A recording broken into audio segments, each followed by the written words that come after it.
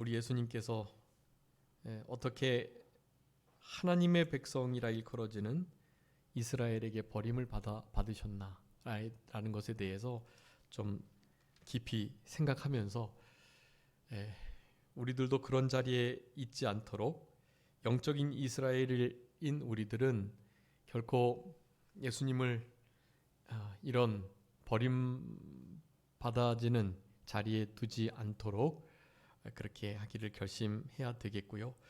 우리 예수님의 이 순환의 그 여러 과정 그리고 시발점들 중에 아주 중요한 대목을 차지하고 있는 그런 장면이라고 하겠습니다.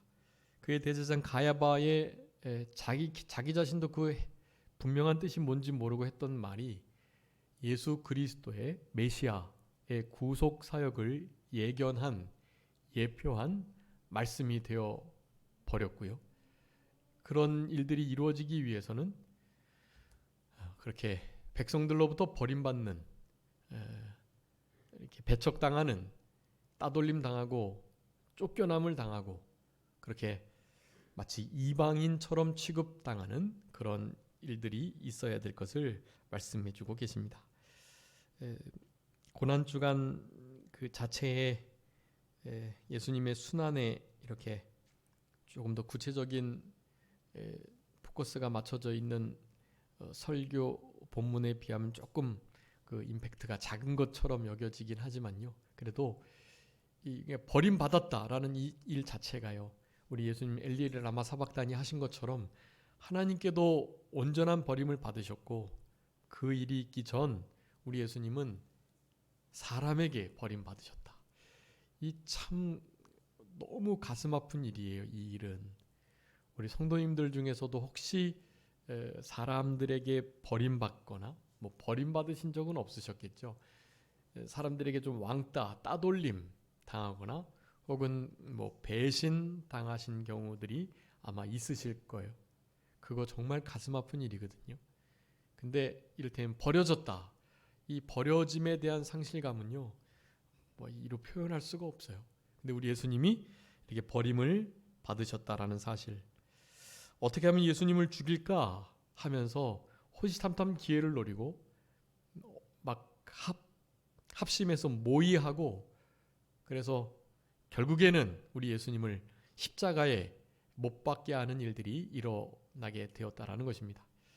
우리 하나님이신 예수님 입장에서는 우리를 창조하신 분이고 또 선민 이스라엘인데 선민 이스라엘로부터의 이와 같은 대우는 정말 견디시기 힘드신 그런 일이었다. 그런데 그것을 잘 견디시고 바로 나 때문에 우리의 죄를 구속하시기 위하여 예수님이 그런 수모를 모진 고통을 당하셨다라는 것을 생각하면서 여러분 우리가 당하는 그 어떠한 모욕과 또 오해와 그래서 잘못된 대우와 차별과 또 많은 왕따와 따돌림 혹은 공격들을 혹시 받는다 할지라도 우리 예수님께서 받으셨던 이 버림받으심 이와 같은 일들을 마음에 곱씹으시면서 예수님이 이런 대접을 받으셨는데 우리들이 이렇게 대우받는 것은 당연하다라는 생각을 가지시고 이 세상을 이겨나가시는 그런 우리들이 되어야 되겠습니다. 오늘 본문에 사람들에게 이제 결국 이렇게 배척당하시고 버림받으시는 일이 있게 되었는데요. 그것은 우리 11장 읽지는 않았지만 11장이 어떤 장이죠? 유명한 장이에요. 요한복음 11장 무슨 장이에요? 바로 나사로를 살리신 바로 그 사건이 있는 장입니다. 이 나사로가 며칠 만에 살아났죠? 3일이 아니라 4일 만에 살아난 거예요. 우리 나사로를 3일 만에 살아났다고 아는 우리 성도님들이 좀 계시는 것 같아요. 3일이 아니라 나사로는 그러니까 마르다 마리아의 오라비 이 나사로는 사흘 그러니까 4일 만에 살아났습니다. 3일은 이스라엘 백성들의 입장에서 3일도 이제 완벽한 죽음의 날이에요. 3일이 됐다라는 것은 진짜 죽었다라는 의미거든요. 여차하면 하루 혹은 이틀 만에 깨어나기도 해요. 근데 3일째는 깨어난다고 생각을 안 해요. 근데 이제 그런 소문을 냈죠. 예수님 기절하신 거다. 제자들이 훔쳐갔다. 지금도 국가적 이스라엘은 예수라는 사람이 제자들에 의해서 그렇게 도난받아가지고 훔쳐가 놓고 예수님 부활했다. 그렇게 제자들이 소문을 내고 다닌다고 소문이 나 있어요. 지금도. 예. 혹은 기절해서 죽으신 것이 아니다. 다리도 안 꺾었기 때문에 그 죽은 게 아니라 좀 잠깐 한 만으로 3일이 아니었으니까요. 약 한 그러니까 24시간, 48시간, 72시간, 72시간이죠. 3일이면. 근데 72시간이 안 된 때예요. 그러니까 만으로는 거의 한 그러니까 3일 조금 넘는 뭐 그 정도 시간이거든요. 실제로. 그러니까 그 정도 시간이었기 때문에 죽은 거 아니다. 진짜 기절했다라고 생각을 하고 자기가 기절해서 깨나가지고 그렇게 도망갔다. 그렇게 소문이 난 거예요. 우리 복음서에 보면 그렇게 소문을 내라고 그 윗사람들이 지시를 하는 것을 볼 수 있어요. 근데 그 소문이 여전히 지금까지도 유효하게 돌아다니고 있다라는 것이 참 안타깝고, 그런 것들 때문에 예수님의 부활을 믿지 못하는 것이 얼마나 가슴 아픈 일이잖아요. 영원한 천국 갈 수 있는 영생을 얻을 길을 놓치는 일이니 그거는 나중에 지옥에 가서 정말로 정말 영원토록 후회하게 될 일이 아닐 수가 없습니다. 어쨌든 그렇게 나사로를 살린 바로 그 역사적인 사건 이후에 예수님의 이 배척, 버림당하시는 일이 있었다라는 거예요. 예. 그 나사로를 살린 것 이외에 또 언제 살려주셨죠? 예수님께서요? 그 마가복음 5장에 보면 회당장 야이로의 딸을 살려주세요. 죽은 딸 살리러 갔는데 다 비웃었죠. 죽은 딸을 아무리 회당장의 딸이지만 그 살려준다는 게 말이 되냐, 무슨 그런 소리를 하냐 하면서 예수님을 얼마나 무시했는지 몰라요. 예. 예수님 그 딸을 장사 지내러 온 딸의 죽음을 슬퍼하고 애곡하고 호상꾼들, 그리고 애곡꾼들, 그리고 이제 막 그 딸의 슬픔을 실제로 진짜 슬퍼하는 가족들, 친척들, 회당장이기 때문에 많은 이들이 모여서 아마 그렇게 장례를 치르려 하였던 것 같습니다. 그 자리에 가가지고 우리 예수님께서 죽은 거 아니다고 자는 거라고 말씀을 하시니 누가 믿겠어요? 근데 우리 주님께서는 회당장 야이로의 딸을 살려내셨던 것입니다. 달리다굼, 일어나라, 일어나라고 외칠 때 우리 회당장 야이로의 딸이 벌떡 일어나는 역사가 있었습니다. 달리다굼, 이것도 아람어인데요. 우리 예수님께서 가장 잘하시는 일 중에 하나가 바로 일으켜 세우시는 일입니다. 죽었던, 병들었던, 졸고 잠자는 그런 영혼을 깨우치시고 새롭게 하시고 일으키시는 역사, 우리 주님의 아주 탁월한 그런 사역의 일들이라고 하겠습니다. 또 누가복음 7장에는 누가요? 나인성의 과부의 아들, 이렇게 딱 세 사람만 살렸어요. 그리고 신약 성경의 복음서에 기록되지 않은 많은 기적과 이적들이 있다고 하셨습니다. 그래서 뭐 죽은 자를 살리시는 일이 아마 더 있었을 수도 있겠죠. 그런데 그 모든 일들을 다 기록해 놓으면 이 땅에 쌓아놓을 데가 없을 정도로 많은 일을 하셨기 때문에, 그것이 이제 좀 과장법이긴 한데요. 많은 일들을 하셨기 때문에 딱 요약하고 성령의 감동으로 추려져서 정경이 이루어진 것을 우리가 볼 수 있습니다. 나인성의 과부 아들을 관 메고 나가는데 그 관을 멈춰 세우시고 청년아 내가 네게 말하노니 일어나라 라고 하셔가지고 일으켜 세우시는 우리 예수님의 그 죽은 자를 살리시는 사역을 우리가 볼 수 있습니다.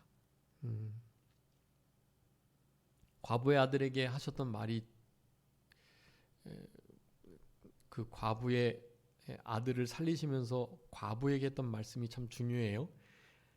남편을 잃었으니 과부였고 하나밖에 없는 그 독생자 독자인데요. 이 아들이. 근데 그 아들마저 죽었으니까 얼마나 이 여인의 가슴은 무너지는 거예요.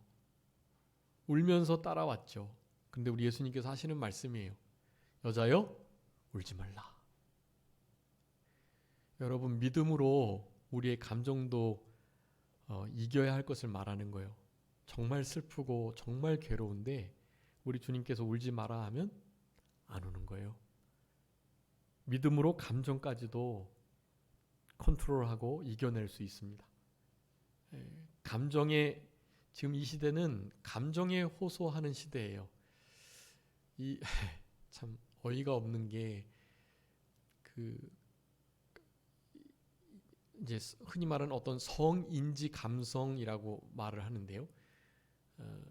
우리 하나님이 남자와 여자를 창조하셨는데 남자와 여자의 중간에 유엔에 의하면 54개의 성이 있어요. 남자와 여자 사이에 성이 몇 개라고요? 54개가 있어요. 그 성이 다 정해져 있어요. 지금 정확하게. 그러니까 남녀, 그러니까 양성이라고 말하면 틀린 말이에요. 지금은 양성평등이 아니고요. 그냥 성평등이에요. 그래서 그것도 고쳐야 돼요. 우리 크리스찬들이. 양성이다. 평등법 중에 성평등법이 아니라 양성평등법이다라고 말을 해줘야 돼요. 왜냐하면 옛날엔 다 양성평등법이었거든요. 그런데 그 양성을 뺀 거예요. 성은 남녀, 양성이 아니다라는 거예요. 그 양성 사이에 뭐가 있다고요? 54개의 많은 성이 있어요. 그래서 그 성들을 아주 민감하게 인지하고 중간에 54개의 그 성 정체성을 가지고 있는 이들이 남자 혹은 여자라는 말을 들음으로써 소외감 당하고 차별되고 혐오스럽게 바라보는 일이 없도록 성인지 감성을 분명하게 해라 라는 지침을 유엔으로부터 하달을 받아가지고 지금 전 세계가 그렇게 해 나가고 있습니다. 그러니까 성은 하나님이 창조하신 남자와 여자만이 아니라 성을 내 주관, 나의 기분대로 선택할 수 있다. 교회에서 또 이 타락한 이 관료주의와 보수주의가 너는 여자, 너는 남자라고 계속 주입하고 가르치고 교육을 해서 너는 여자, 나는 남자라고 생각하는 거지. 너는 성 정체성을 겪으면서 어떤 때는 남자도 될 수 있고 여자도 될 수 있고 모습은 남자 모습이지만 너 안에 여자가 있다고 생각하면 성 전환 수술해가지고 여자 되는 것이 너의 권리다라고 말을 하는 시대인 거예요. 이 시대가. 여러분 이 성평등법, 성평등이라는 것은 당연히 성이 평등해야죠. 근데 이 이데올로기와 맞물려서 아주 잘못된 표현이에요. 무슨 평등이라고요? 양성평등이 맞아요. 양성평등. 남자와 여자가 평등한 거예요. 그 중간에 수많은 54개 아마 이상일 거예요. 아마 이제 계속 늘어나니까요. 낮에는 여자, 밤에는 남자, 새벽에는 여자, 또 해질녘에는 남자. 오전에서 오후로 넘어갈 쯤에는 트랜스젠더, 그리고 이제 나머지 시간에는 그냥 뭐 다른 다른 성을 가진 사람, 자기가 자신을 그렇게 늘 말할 수 있는 거예요. 그래서 지금 그 성평등법이 통과된 나라에서는요, 실제로 큰일이 일어나고 있어요. 지금 남자가 남자의 등치를 하고 치마를 입고서요, 여자 화장실에 가는 거예요. 제재를 못 해요. 분명히 남자인데 목소리를 여자 목소리 내면서 나 지금 여자라고, 지금 요 시간대는 나는 여자로 지내는 게 내 성 정체성이라고 말하면서 여자 화장실에 들어가는 거예요, 남자가. 그래서 성폭행을 당하고 그런 사례가 얼마나 많은지 몰라요. 그런데도 그거를 다스리지 못해요. 법이 정해졌기 때문에. 법은 사람의 성이라는 것은 양성, 남자와 여자만 있는 것이 아니다. 그 중간에 무수하게 많은 여러 다양한 성들이 있다. 그 모든 성들을 인정해야만 한다. 인정하지 않을 때에는 차별이 된다. 특별히 남자, 여자라고만 말을 하게 되면 그것은 차별금지법, 혐오 표현법에 의해서 감옥에 가거나 아주 큰 벌금을 물리거나, 벌금을 계속해서 물려요. 그래서 진짜 감옥에서 살지 않으면 안 될 정도로 그렇게 아주 엄하게 처벌을 합니다. 여러분, 지금 우리가 이런 시대 속에 살아가고 있다는 것을 잊지 않으셔야 돼요. 그런 상황 속에서 진짜 하나님의 진리의 말씀을 올바로 세워나가는 일이란 너무너무 힘들다고 하겠습니다. 우리 하나님께서는 남자와 여자를 분명히 만드셨다고 성경에 기록하고 있어요. 그래서 양성만 존재한다. 의학적으로 타고날 때부터 남자였는데 이 DNA가, 유전자가 자신을 여자로 생각한다는 논문 때문에 지금 이런 일이 일어났거든요. 근데 그 논문이 가짜라고 밝혀졌어요. 95년도에 벌써. 태어날 때부터 정체성 혼란을 갖는 사람은 사실은 없다. 유전자가 잘못 변이가 돼서 원래 남자가 여자로, 여자가 남자로 생각하는 일이 있는 것이 아니다라는 것이 판가름이 난 지가 오래예요. 근데 여전히 그것을 그렇게 생각하고, 하나님이 그렇게 만드셨다. 여자와 남자로 살아가지 않고 중간 단계 트랜스젠더로 살아가도록 하나님이 그렇게 디자인하셨다라고 말을 하는 거예요. 지금 이 시대가 얼마나 답답한 노릇인지 알 수 없어요. 여러분, 이럴 때 더욱더 정신을 차리고 근신하여서 우리가 그런 것에 넘어가면 우리 예수님을 그냥 창조주, 남자와 여자를 만드신 그분을 이거 오늘 본문처럼 버리는 거예요. 배척하는 거예요. 여러분, 그런 일이 없도록 우리가 지혜롭게 깨어서 어떤 것이 사실인가 아닌가를 잘 분별해야 돼요. 지혜 있는 자가 그 수를 셀 수 있어요. 666의 표는 절대로 지혜로운 자들만이 알 수 있고요. 지혜롭지 못한 자들은 몰라요. 뭐가 666인지. 666은 하나님의 인치는 표를 받지 않은 모든 자들이 받는 표예요. 믿는 자들은 인침을 받는 거고요. 믿지 않는 자들은요, 표를 받는 거예요. 그러니까 우리는 인침을 받아야지, 우리의 머리와 손에 인침을 받아서 우리의 전 인격과, 그러니까 우리의 생각, 말, 행동, 사상, 이 모든 것들이 온전히 하나님께로부터 말미암는 그런 생활이 돼야 되는 거고요. 그렇지 못한 이들은 짐승의 표를 받은 자들이 다 하나같이. 아주 중요합니다. 지금 그런 시대를 살아가고 있다는 각성을 하시면서요, 그런 속에서 우리 예수님께서 세 사람밖에 살리지 않았다라는 것은 우리들에게 중요한 교훈을 주십니다. 이거 사람 살리고 사람 살아나는 이 일로 인해서 이적과 기적의 마음, 포커스를 맞추지 말라는 거예요.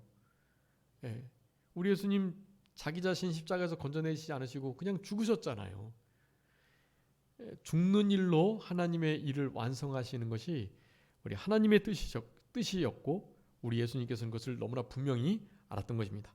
그래서 오늘 본문의 말씀을 통해서 사람들에게 버림을 받으셨는데 버림받지 않아야 할 분이 버림을 받으신 거예요.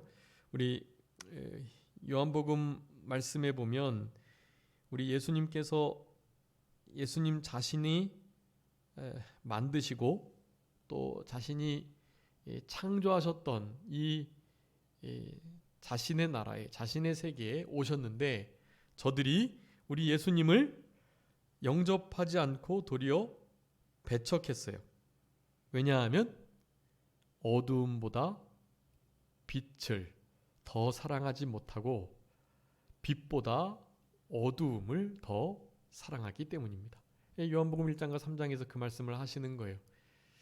사람들이 자기 영광을 구하고 어두움을 빛보다 더 좋아했기 때문에 참빛이신 우리 예수님께로 나오기를 싫어했다라고 말씀을 합니다. 그렇기 때문에 우리는 늘 빛된 자리에 나아가고 빛이신 우리 주님께서 우리들에게 인도하시는 그 빛을 따르는 그 진리의 길을 우리가 날마다 힘써 걸어가기를 어떤 일이 있어도 그렇게 힘을 쓰는 그런 우리들이 되어야 하는 것입니다. 여기 1절 45절부터 6절 46절까지 예수님께서 하신 일을 본 유대인들이 두 가지 반응을 나타냅니다.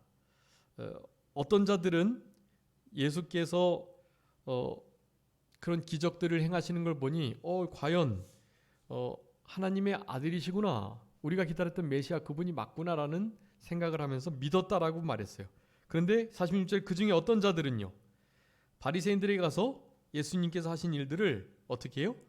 알렸다, 고자질했다라는 의미예요.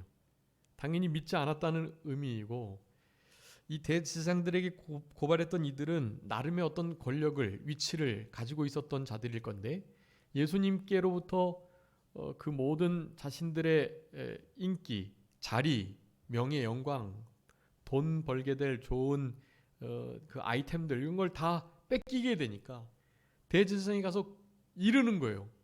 예수가 지금 특별히 안식일에 병 고치고 사람도 살리고 막 이른다, 이런 식으로 말 들어보니까 성전 헐으라고 그러고 자기가 3일 만에 짓겠다 그러고 자기하고 하나님이 하나라고 그러고 하나님을 막 아버지라고 막 부르고 있다. 이 나사렛 이단이다 얘. 자기 요셉과 마리아에게 태어난 거 우리가 다 알고 있는데 감히 어디서 하나님의 아들이라고 말을 하는지 참남되다. 이 사람 죽어야 된다라는 식의 고발을 한 거예요. 뒤에 살펴보겠지만 이 모든 것들이 다 시기 질투 때문에 일어난 일인 것을 우리는 알 수 있습니다. 시기 질투가 악의 근원인 것을 성경은 말을 해요. 여러분 아담과 하와가 무슨 죄를 졌죠? 선악과를 따먹었죠. 근데 그 선악과를 따먹은 이유가 뭘까요? 하나님과 같이 되고 싶어서 그래요. 하나님처럼 되고 싶어서. 그것은 뭐냐면 하나님을 시기하고 질투했다라는 거예요. 하나님만 저러면 되나? 우리도 선악을 좀 내 기준으로 판단하고 싶은데 왜 하나님만 판단해? 저런 데가 어딨어? 아유 짜증나. 이런 식으로 접근을 한 거예요. 그러니까 하나님의 명령을 어기게 된 것입니다. 여러분 천사는요? 천사는 어떻게 됐죠? 천사는 자신의 그 위치를 벗어버렸다고 유다서에서 말씀해요. 자기의 위치. 여러분 아시는 것처럼 천사장 중에 하나님을 찬송하는 천사장이 있어요. 하나님의 명령을 받고 전쟁을 하는 천사는 미가엘 천사. 좋은 소식을 전하는 천사는 가브리엘 천사. 어떠한 일정 부분들을 지키고 보호하고 또 가로막고 또 그렇게 잘 정탐하는 천사는 그룹. 그런 천사들의 종류가 있어요. 근데 하나님을 높이고 찬양하는 찬양 대장 천사가 있었단 말이에요. 그 천사가 루시엘이에요. 루시엘. 근데 그 루시엘이 타락을 한 거예요. 시기 질투로 말미암아서 자신의 위치와 신분을 잃어버리고 자신도 하나님처럼 찬양받기를 원해가지고 자신을 따르는 무리들과 함께 하나님을 대적한 거예요. 그래서 하나님께서 책망을 하시고 치셔서 저주를 받아서 땅으로 내려오게 된 거예요. 그 일을 향해서 루시퍼라고 말하는, 루시엘이 루시퍼가 된 거예요. 뭐 성경에는 나오지 않지만 계명성이라고 에스겔에 나오기도 하고요. 루시퍼라고 돼 있어요, 영어로. 이 루시엘이 루시퍼가 됐다는 일반적인 정설입니다. 그게 가장 이렇게 신빙성이 있고요. 사탄은 그렇게 사탄이 된 거예요. 시기 질투. 여러분, 이 시기 질투를 결코 버리셔야만 합니다. 그리고 우리 1번에 있는 것처럼 하나님께서 하신 일 꼭 두 가지의 반응을 보여요. 신앙은요, 흙과 백이에요. 그냥 딱 양분되어 있어요. 예수님을 제대로 믿는가 혹은 믿지 않는가, 딱 그렇게 나눠져 있어요. 물론 중간에 이스라엘 백성들의 경우는 믿지는 않지만 예수님이 하신 어떤 기적들을 보고 예수님을 좀 따르는 듯한 이들은 있었어요. 근데 결국 그네들도 불신앙인 거예요. 처음에는 표적을 본 까닭으로 표적을 통해서 그리스도이심을 알아야 되는데 그냥 그런 건 안 보고 표적으로 말미암는 배부름, 먹고 배부름으로 우리 예수님을 쫓았다고 요한복음 6장에 말씀해요.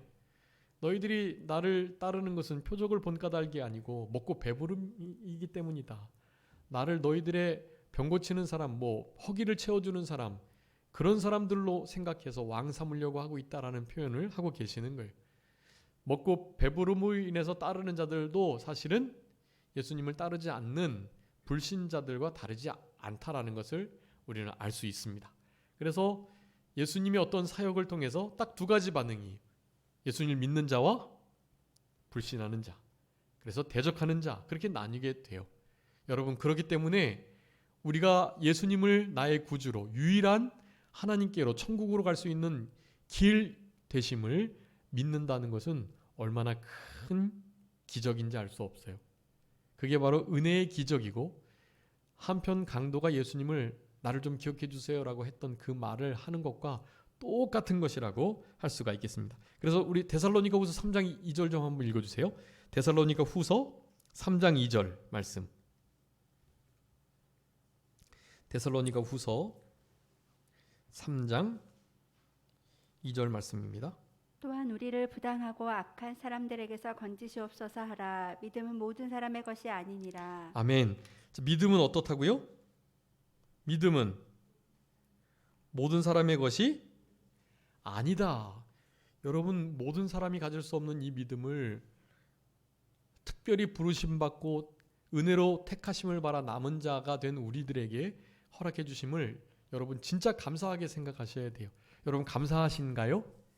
네, 감사하시면서 나를 이렇게 불러주신 은혜, 믿음 갖게 해주신 은혜 얼마나 감격한가 하면서 그 은혜를 무엇으로 보답할까 하며 우리 주님께 조금이나마 기쁘시게 해드릴 수 있는 일들을 작지만 소박하지만 늘 그렇게 주님께 은혜를 갚는 우리들이 되어야만 하는 것입니다. 믿음을 우리에게 주신, 선물로 주신 하나님께 감사하면서 조금 더 구체적으로, 그러면 그렇게 결국 믿지 않고 어두움을 사랑하고 결국 예수님이 그렇게 기적을 보이셨는데 믿지 않았던 그 이유를 우리 데살로니가 후서에서도 계속해서 그렇게 설명하고 있어요. 데살로니가 후서 2장 9절부터 12절에 보면 악한 자에 나타나면 사탄의 활동을 따라 모든 능력과 표적과 거짓 기사와 불의의 모든 속임으로 멸망하는 자들에게 있겠다라고 말씀하면서 이는 그들이 진리의 사랑을 받지 아니하여 구원함을 받지 못함이라 라고 말해요. 자, 구원함을 받지 못한 이유를 무엇이라고 설명합니까? 진리의 사랑을 받지 못해서. 그러니까 진리를 사랑하지 않고 진리도 또한 그들을 사랑하지 아니함으로 구원을 받지 못했다라는 거예요. 여러분, 중요해요. 하나님의 진리의 말씀이 실제로 사랑스럽고 그 말씀이 정말 우리에게 생명이 되는 그런 일 자체가 그게 큰 은혜고 이적이에요. 우리는 진리의 말씀, 진리의 그 사랑을 받은 자로서, 입은 자로서, 또 진리의 말씀을 사랑하는 자로서 이 땅을 살아가는 것에 대하여 더 이상 다른 은혜가 있지 않아도 한없이 하나님 앞에 감사와 영광을 돌려야 될 우리 드린 것을 분명히 말씀해주고 계십니다. 그래서 우리가 예수님의 어떤 일들을 통해서 항상 믿음에서 믿음으로, 믿음이 더욱더 견고해지는, 믿음이 성숙해지는 그런 길로 가야 하는 것이에요. 두 번째 47절 48절까지 예수님께서 하신 일을 보고 시기하고 질투하는 유대인들에 대해서 기록하고 있습니다. 아까 예수님의 기적을 보고 반응을 냈던 그 두 부류 가운데 부정적인 부류, 그 부류들은 궁극적으로 시기하여 질투함으로 모든 악의 근원이 되는 그 마음을 가짐으로 우리 예수님을 결국 십자가에 못 박았다라고 할 수가 있겠습니다. 여러분, 우리 가운데 시기, 질투, 미움, 다툼, 예전에 찬송가에도 실린 복음성가가 있었는데요. 그 복음성가 아름다운 마음들이 모여서인가요? 아름다운 사람들이 모여서인가요? 아름다운 마음들이 모여서 주의 은혜 나누며 예수님을 따라 사랑해야지. 예수님을 따라 사랑해야지. 우리 서로 사랑해. 예. 하나님이 가르쳐주신 한 가지, 네 이웃을 내 몸과 같이. 그러면서 미움, 다툼, 시기, 질투 버리고 우리 서로 사랑해. 이런 가사가 있어요. 미움, 다툼, 시기, 질투. 네. 미움, 다툼, 시기, 질투. 이거 어떻게 해야 된다고요? 버려야 돼요. 어디에요? 십자가에 못 박아 버려야 돼요. 박아버리지 않으면 항상 튀어나와서 우리로 하여금 미움, 다툼, 시기, 질투, 그것으로 인해서 우리의 심령이 깨지고 심령 천국을 잃어버리고 주님 주시는 참된 평강과 안식 가운데 거하지 못하고 지옥 고통 속에 정말 힘든 그런 인생을 살아가게 돼. 미움, 다툼, 시기, 질투, 이런 것을 여러분 정말 십자가에 못 박아야만 합니다.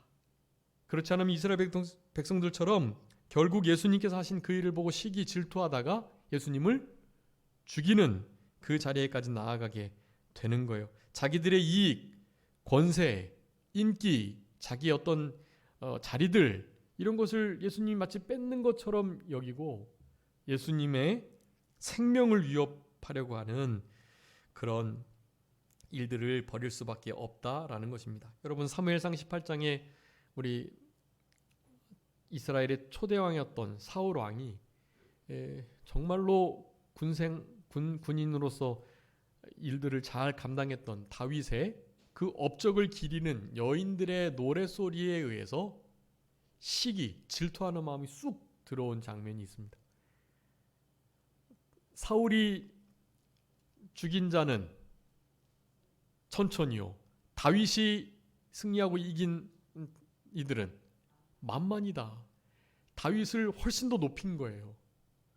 그러니까 우리 사울 왕이 생각하기를 저렇게 높임을 받다가 결국 남은 건 나라 아니겠어? 다윗이 결국 나라를 물려받겠는데 우리 요나단도 있는데, 생각을 하면서 이 미움, 질투가, 시기가 쑥 들어온 거예요. 그래서 사무엘상 18장 6절부터 9절 말씀 거기 보면은 8절 말씀에 사울이 그 말에 불쾌하여 심히 노했다라고 표현하고 있어요. 불쾌하고 심히 노여워가지고 다윗이 저 말 듣고 가만히 있었어? 당장 제지하고 그러지 않았대? 라는 식으로 생각하면서 이 9절에 보면 그 이후로부터 우리 사울 왕이 다윗을 주목하였더라. 주목한다는 것은 시기, 질투의 마음을 가지고 계속 판단하면서 그 태도와 말들을 알아보면서 그렇게 지냈다라는 거예요. 여러분, 그 일을 당하고 있는 다윗도 물론 힘들었겠지만 진짜 힘든 사람은 누굴까요? 당사자예요. 사울 왕 당사자가 제일로 힘든 거예요. 사울은 진짜 좋은 사람인데, 자기에게도 좋은 사람이고 사위 삼을 만큼 좋은 사람이고 사람들에게 다 칭찬을 받고 정말 귀한 사람인 것을 알겠는데, 자기 아들 또한 생명과 같이 다윗을 사랑하는데, 그런데 사울 왕만은 다윗을 자신의 경쟁자, 라이벌로 생각하고 시기, 질투하는 마음을 가지고 그렇게 다윗을 주목하고 대했던 것입니다. 여러분, 시기, 질투하는 마음이 근원이라 그랬죠, 악의. 그 마음을 갖는 이들은 사탄이 딱 들러붙어요, 거기에. 그러면 그냥 종노릇 하는 거예요, 사탄의 종노릇. 그래서 사울 왕이 악신이 늘 역사했던 거예요. 그 시기, 질투 때문에 그러한 것입니다. 여러분, 결코 시기, 질투를 이기는 우리들이 되어야 되겠습니다. 무엇을 이기게 될까요? 주님의 사랑으로, 주님의 긍휼과 그 용서하심으로 모든 시기, 질투를 이겨야만 해요. 원사미선 저축목이 말씀드렸죠. 원수를 사랑하고 미워하는 자를 선대하고 저주하는 자를 축복하고 모욕하는 자를 위해서 진짜 기도해주고 원사미선 저축목이 이 마음을 가지고 생활해야 돼요. 근데 이 마음은 우리의 마음이 아니에요. 로마서 5장 5절에 있는 것처럼 그리스도로 말미암아 하나님의 사랑이 우리의 마음 가운데 부어져야 그 일이 가능케 된다는 것을 여러분 꼭 기억하시면서 그렇게 시기 질투를 이기는 우리들이 되어야 되겠습니다. 마태복음 27장 18절 말씀하고 마가복음 15장 10절에서 그 본디오 빌라도가 예수님을 저 대제사장들과 이스라엘 백성들이 시기하여 넘겨준 줄 알았더라라고 표현하고 있어요. 시기의 마음은 사람들이 다 알아요. 예수님을 저렇게 넘겨주려고 죽이려고 십자가에 못 박으려고 하는데 저 시기 때문에 그렇구나. 예수님은 죄가 없는 줄 아는 거예요. 3번이나 말했어요. 나는 이 사람에게서 죄를 찾지 못했다. 그 백성들이 말하는 거예요. 그 죄 저주, 만약에 예수님이 죄가 없다면 죄가 없는 자를 그렇게 대했으니까 그런 사람이 받게 되는 저주를 우리에게 돌리세요 라고 말하면서 무조건 십자가에 못 박아야 된다고 소리를 쳤던 거예요. 시기, 질투 때문에 그렇게 됐다라는 것입니다. 성경 여러 곳에 이제 시기에 대한 말씀들이 있는데요. 제일 중요한 말씀으로 일단 잠언 14장 20절 꼭 기록해 두세요. 잠언 14장 30절 평온한 마음은 육신의 생명이지만 시기는 뼈를 썩게 한다. 여러분, 시기는 시기하는 당사자에게 가장 큰 피해를 줍니다. 시기 때문에 죽임을 당하신 예수님도 나름 큰 피해를 당하신 건 맞죠. 그런데 십자가에 죽으신 것이 얼마나 구원을 이루었으며 우리에게 유익이 된 것을 생각하면 사실은 시기심으로 인하여 고통받는 것은 도리어 합력하여 선이 이루어져요. 그런데 시기하는 것 자체는 가장 큰 고통이다. 당사자에게 가장 큰 불행이다. 시기는 뼈를 썩게 한다 라고 말을 하고 있어요. 그러니까 결코 여러분 시기하는 일이 없도록 예수님이 넘겨주시고 십자가에 못 박히셨던 것은 바로 이스라엘 백성들이 시기 때문이었다. 여러분 결코 시기하지 않을 마음가짐을 갖도록 그렇게 종료주일과 고난주간을 지내셔야 되겠습니다. 여러분 이번 고난주간 때에는 본문이 이렇게 잡혔으니 시기하는 마음, 질투하는 마음 없도록 하나님 도와주세요.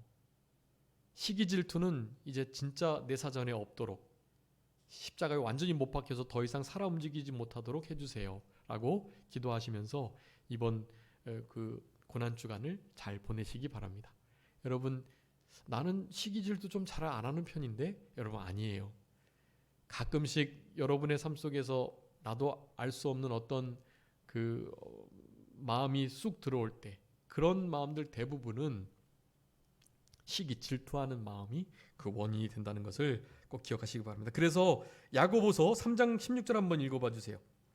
야고보서 3장 16절 우리 3장 16절 요한복음 3장 16절처럼 각 성경의 장의 3장 16절이 아주 좋은 구절들이 많아요. 요한일서 3장 16절도 그렇고 야고보서 3장 16절도 그렇습니다.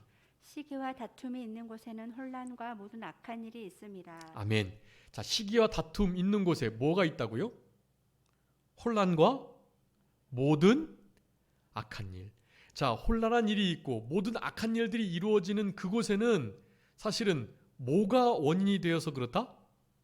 시기와 다툼이 있기 때문에 그렇다라는 거예요. 여러분 모든 악한 일들의 역사 속에는 이 시기 다툼이 반드시 있다는 거예요. 중요한 구절이에요. 잠언 14장 30절 시기는 뼈를 썩게 한다. 야고보서 3장 16절 모든 악한 일과 혼란한 일이 일어나는 그 역사 속에는 반드시 시기와 질투가 있다. 여러분 시기 질투를 정말로 십자가에 완전히 못 박을 때 우리 삶 속에 혼란한 일이나 혹은 어떤 악한 일들이 아주 현저하게 적어지게 될 것입니다. 여러분 결코 그런 일이 없도록 시기와 질투, 다툼, 미움 이런 것들을 잘 이겨내는 우리들이 되어야 되겠습니다. 마지막 49절부터 53절까지 말씀은요.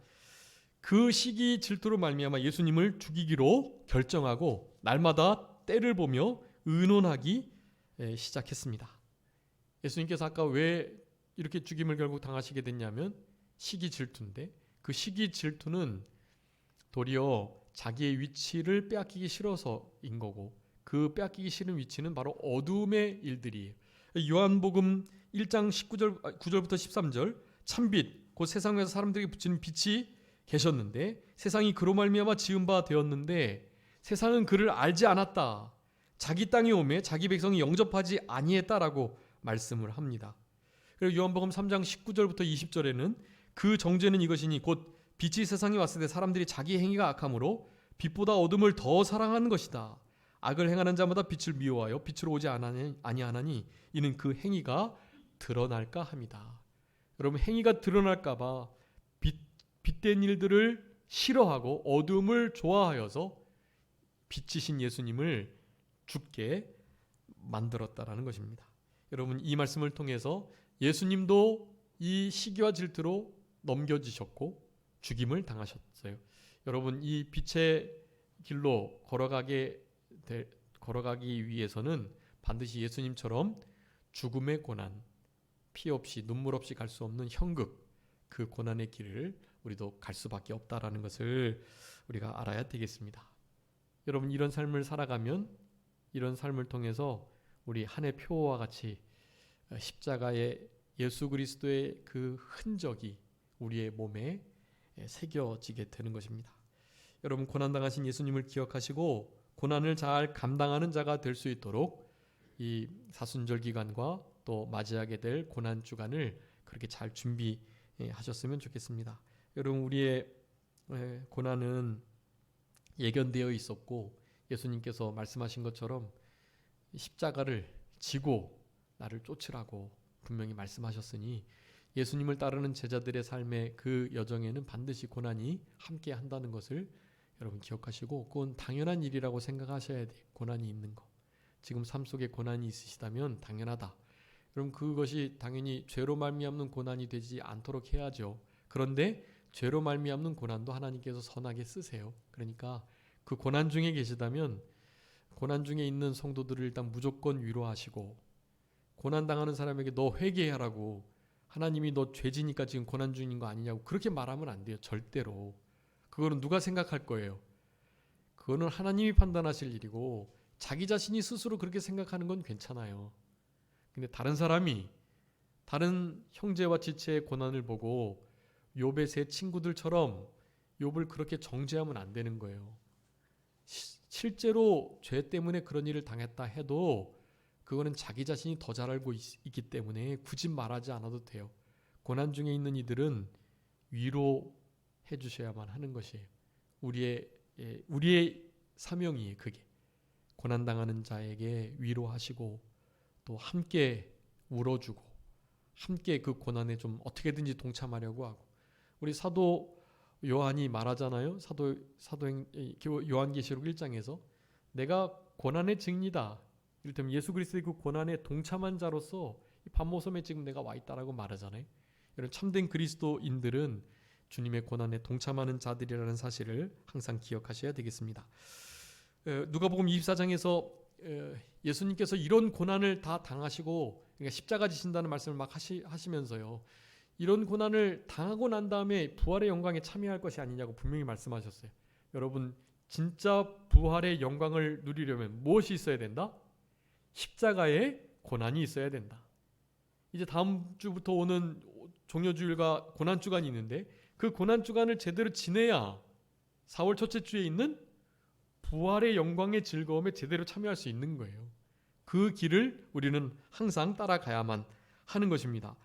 로마서 8장 17절에 영광을 받기 위해서는 역시 고난도 함께 받아야 될 것을 분명히 말씀해요. 하나님의 기업을 이을 후사로 영광 얻기 위해서 당연히 고난이 있어야 되는 거 맞다라고 분명히 진리로 선포하고 계세요. 그렇기 때문에 우리는 이 고난을 잘 참고 견디고 이겨나가야 합니다. 왜 하나님이 고난, 심지어 사형선고와 같은 고난을 받는 것처럼 우리 사도 바울을 그렇게 모셨다고 고린도 후서 1장 9절에 말씀합니까? 하나님만 의뢰하게 하시기 위하여. 중요한 말씀이에요. 고난을 통과하면서 예수님의 고난을 생각하면 우리는 고난을 잘 이겨야 되는데요. 그 고난을 통해 하나님은 하나님만 의지하게 하시려는 아주 큰 계획이 있다라는 것 기억하셔야 되겠습니다. 빌립보서 1장 29절에 은혜를 주신 것은 다만 구원을 얻게 하시기 위할 뿐만 아니고 무엇까지 받게 하시기 위함이다? 고난도 받게 하시기 위함이다라고 말씀해요. 내가 은혜 받은 거, 은혜를 통해서 구원받고 천국 가도록 은혜 주신 거 아니에요.